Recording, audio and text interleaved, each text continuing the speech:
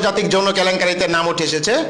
বাংলাদেশের একমাত্র ব্যক্তি অ্যাবস্টেইন ফাইলে যার নাম এসেছে, বাংলাদেশের একমাত্র ব্যক্তি আব্দুল আওয়াল পিন্টু, ফেনী ৩ আসনের বিএনপি মনোনীত প্রার্থী, দানের শীষের প্রার্থী।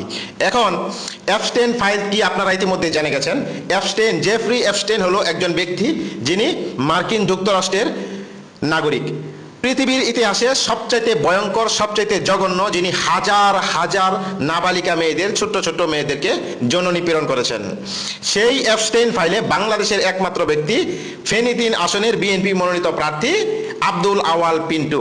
আব্দুল আওয়াল পিন্টু, তার নাম এসেছে যৌন নিপীড়কের তালিকায়, যৌন নিপীড়নের ফাইলে, অ্যাবস্টেইন ফাইলে, বাংলাদেশের একমাত্র ব্যক্তি। এখন ফ্রড বাহিনী বলো, ফ্রড বাহিনী, এখন তোমরা নারীদের এত সম্মান করো, এখন তোমাদের এই যে প্রার্থী, তোমাদের নেতা অ্যাবস্টেইন ফাইলে নাম চলে আসে, তোমার নেতা আন্তর্জাতিক মানের একজন কি, বাকিটা বলবো, আন্তর্জাতিক মানের খেলোয়াড়। কি খেলোয়াড়?